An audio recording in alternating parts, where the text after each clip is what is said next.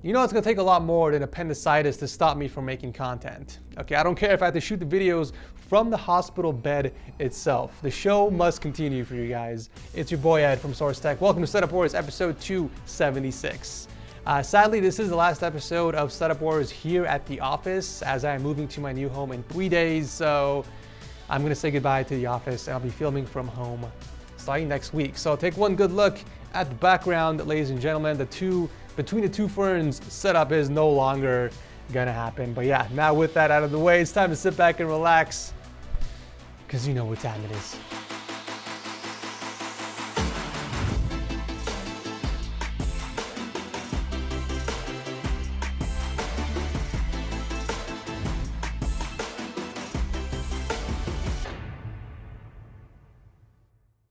Are you looking for a new TV to play on with the latest gaming consoles? Well, you're looking at it. The LG OLED Evo Gallery is LG's brightest OLED TV ever. With self-lighting OLED, you get those perfect blacks with intense color and infinite contrast. It really does feel like your content comes to life. The Gallery series also looks stunning with its super thin bezels and slim design, which will no doubt add elegance to your home space. With the new A9 Gen 4 AI processor, your content also gets optimized. Thanks to its ability to use deep learning algorithms, it's able to adjust the picture and sound automatically so that everything you're watching is spectacular. But of course, we can't forget about gaming. Packed with the latest gaming specs, the OLED Evo Gallery is the best choice for the latest gen console gaming. With 120Hz native refresh rate, 1 millisecond response time, and HDMI 2.1 support, allowing you to take advantage of the 120Hz refresh rate from the Xbox Series X and PS5. All LG Evo Gallery TVs also come with Dolby Vision IQ and Dolby Atmos. In fact, they are so confident with their TVs, they are offering a 5-year limited panel warranty. To learn more, click the link below. Kicking off the episode is Alan and his beautiful contrasty white on black setup. He's an X-ray student and part-time Instacart shopper from Arizona who built himself a happy place inside his bedroom for both work and play. The setup consists of an IKEA Ekback and countertop, a few Alex drawers, and some capital eggs to add some spacing while raising the tabletop a little higher. Although most of the time this is done just for aesthetics, at least from what I've seen on the show. The main monitor for work and gaming is a 34-inch ultrawide from Gigabyte, while the secondary 22-inch from Dell is for multitasking. It looks like both displays are mounted against the wall to free up some space from the desk. However, you could have gone with just one raceway to hide the cables instead of using an additional sleeve. Really nice selection of peripherals you got there. The HyperX alloy with those white pudding keycaps in combination with the Model D in white really complement the setup's theme nicely.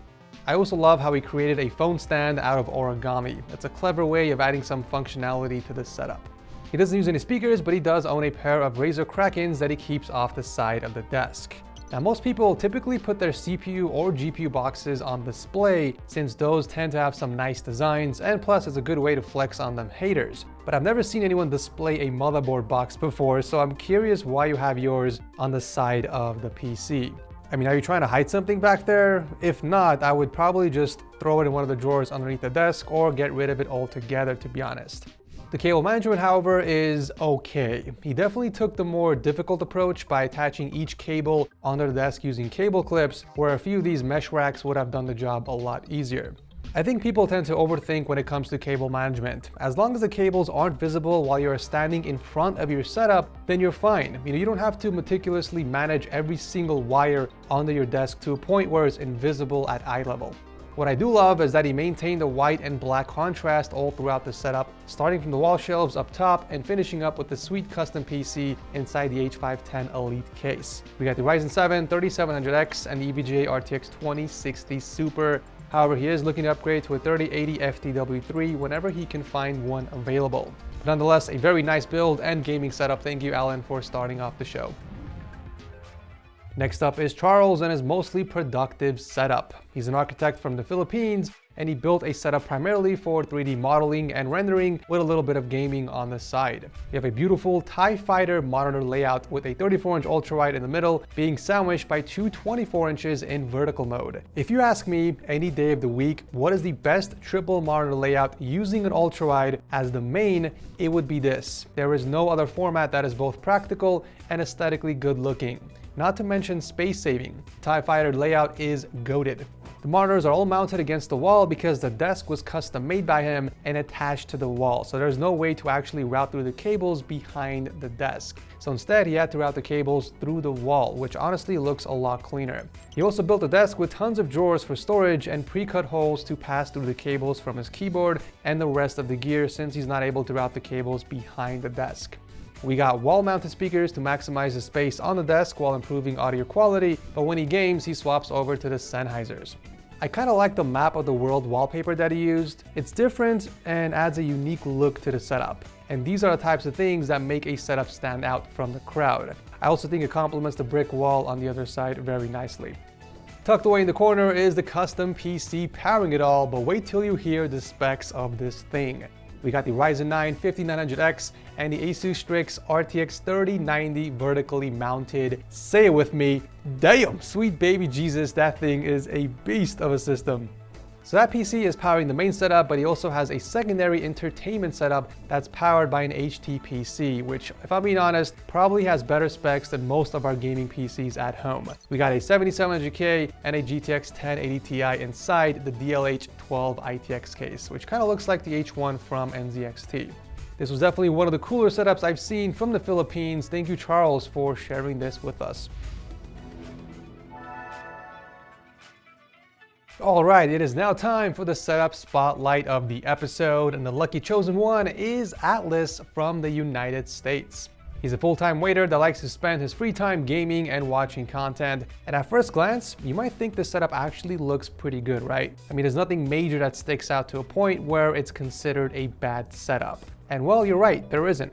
For some of you who are new to the channel, the setup spotlight segment is not to label a setup bad, but instead to pick out a setup from the submission that can use some tips or recommendations to improve, and hence why I am showcasing this setup for today's video. I think what Atlas has started here is fantastic. This setup has a very solid foundation to build off of, but it could use some tweaks to improve its functionality and aesthetics. Starting with the monitor layout, I feel like the outer two monitors are a bit too close to the desk. If you raise them slightly higher so that they are level with the main display, that would not only look nicer in your setup, but it will also prevent neck strain. But you can't do that with the current monitor mount, unfortunately. You will need something that allows you to adjust all three arms independently, like this one from MountUp. This will allow you to adjust the height and the angle of all three monitors so that you can get them all even. Now let's talk about the wall decor. While I can't tell you exactly what you should hang on the wall because that's entirely based on personal preference, obviously, I can at least guide you on rearranging a few things so it's at least pleasing to the eyes. It's obvious one of the biggest obstacles you had to deal with was that annoying raised edge on the wall. And because of that, you were pretty much forced to work around it and ultimately decided to hook up the acoustic panels on that one side. But the problem with doing that is that it throws off the balance of your setup and any potential symmetry. Not to mention, putting all the acoustic panels in that corner doesn't actually soundproof your room, so there's really no purpose for it to be there. I would try swapping the panels and the posters. This way you have more room to add more panels while creating a cool design with them that will complement your setup. Personally, I think 3 shelves of the plants are a bit too much for my taste. I would remove the shelf on the right and bring up the bottom shelf so it's not hiding behind the monitor. Also, this way you add a bit of symmetry since both shelves are now the same exact size. Lastly, I think you are severely underappreciating that awesome portal gun that you have on the PC. Personally, I think that should be the centerpiece of the setup. So why not mount that in the center between the shelves and remove that toy water gun that you have on the wall and put that somewhere else. You're also blocking off one of the exhaust fans for your PC by keeping it on there, by the way. Now, obviously, I was only working with what you already have in this setup. You should really take all of this with a grain of salt. This whole thing was just to help get the ball rolling and to give you potential ideas of what you can do with your wall. Moving over to the PC, I do have some slight concerns. First off, I think it's really cool that you are decorating it from the inside, but adding a giant Star Wars AT-AT makes it look very cluttered, not to mention blocks off some of the airflow from the only 2 intake fans that you have. And of course, we can't forget about the cable management. It looks like you went with the sleeve and cable box combo, but for this type of setup, it's not optimal. The easy and cheaper way of managing those cables would be to just go with a few racks underneath so you can dump all the cables on there and not worry about anything else. But yeah, lots of room for improvement for this setup, no doubt. I'm actually really curious to hear what your thoughts are on the recommendations. if you're watching Atlas. Do let me know in the comments section. For the rest of you watching, what are your thoughts about the setup spotlight so far? Is this still something that's really interesting for you guys, or do you want me to stop doing them and just replace it with a regular setup like before? Let me know what you guys are thinking also in the comment section below. Coming in at number 4 is another Philippines contestant. He actually moved from San Francisco back to the Philippines and now works as a warehouse sorter. It might not seem like it, but this setup was actually built on a budget, $1665 US to be exact. Most of the stuff that you see here are custom made, including that awesome brick wall panels that he installed. It's also interesting that he went with a black background instead of white. If he were to go with white, the attention would have been directly towards the setup at first glance, since the white fades away in the background. But because he chose black, it blends in with the setup, eliminating any type of focal point. So what happens now is that your eyes pretty much go on a journey discovering the setup piece by piece, and maybe that's what he wanted.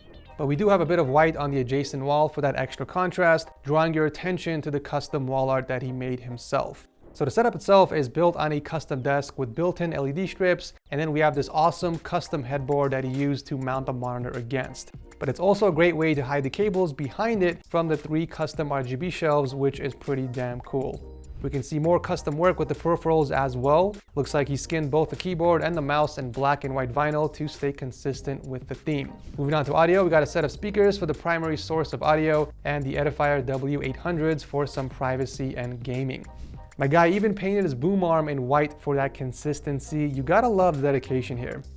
The cables are managed practically flawless, and I love how he has a dedicated channel raceway for his 3.5mm cable. This way he can plug his headphones straight into that instead of reaching into the back of his PC every time. Very cool. Since the desk doesn't allow for any type of drawers, he did build another custom headboard on the adjacent wall, which is what he used to store some of his extra gear, and it's also RGB. I love this guy's creativity. It's amazing what you can really do on a tight budget if you just have the passion and creativity for it. Which leads me to the centerpiece of the setup, the wall-mounted custom PC. This was drawn out on a piece of paper and built onto a piece of wood that he also skinned in white and black. In fact, most of the parts on here are either custom painted or skinned, so they blend in perfectly with the setup's color scheme. It's truly inspiring to see how your setup has evolved over the years. You kept your passion alive and continue to improve your setup on a budget, which just proves that anyone can build a nice setup if they have the dedication and a little bit of creativity. And with that said, I see no reason why this setup does not deserve the seal of approval. So with that said, ladies and gentlemen, let's all congratulate Hector on taking home the 43rd seal of approval. Stunning work, my friend. It is such a magnificent piece of work you have there. Please toss an email to setupwarriorsprizes@gmail.com to claim your one-of-a-kind plaque.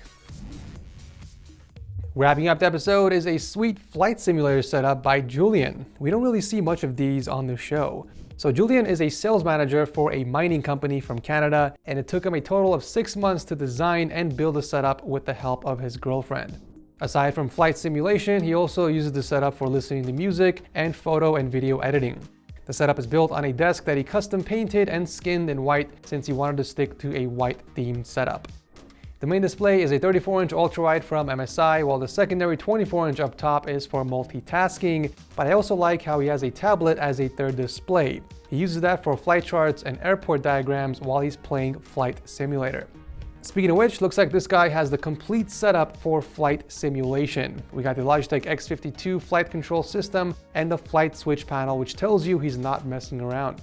Between those, he's rocking a Habit keyboard and mouse combo with beautiful cable routing through the desk using a custom grommet that he made himself.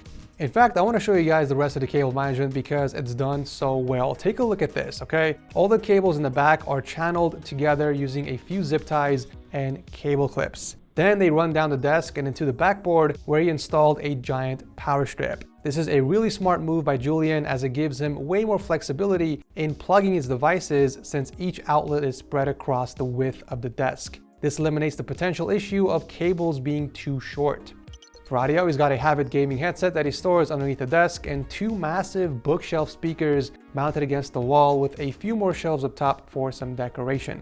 Finishing up with the PC that is powering it all. It's a fairly simple build featuring the Ryzen 7 3700X and the MSI RX 5700 XT. I feel like we haven't seen an AMD graphics card in a very long time for some reason. But yeah, such an awesome flight simulator setup. I definitely want to see more of these on the show, so if you guys are rocking one yourself and you want the setup to be featured on the show, consider tossing a submission. Thank you, Julian, for sharing this with us.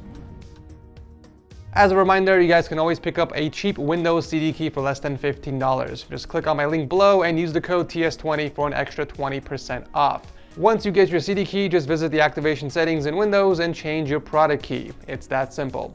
And that will do it for today's video. As always, make sure you guys comment below. Let me know which of these setups was your absolute favorite. If you guys are enjoying Setup Wars so far and it's making your day or week, I don't know, maybe consider tossing a like to show your support. If you guys are new here, consider subscribing because I do host Setup Wars every single Monday. I don't care if I am in the hospital for whatever reason, I'm gonna get you that Setup Wars every single Monday. Thank you guys so much for watching as always, and I'll see you very soon in the next one.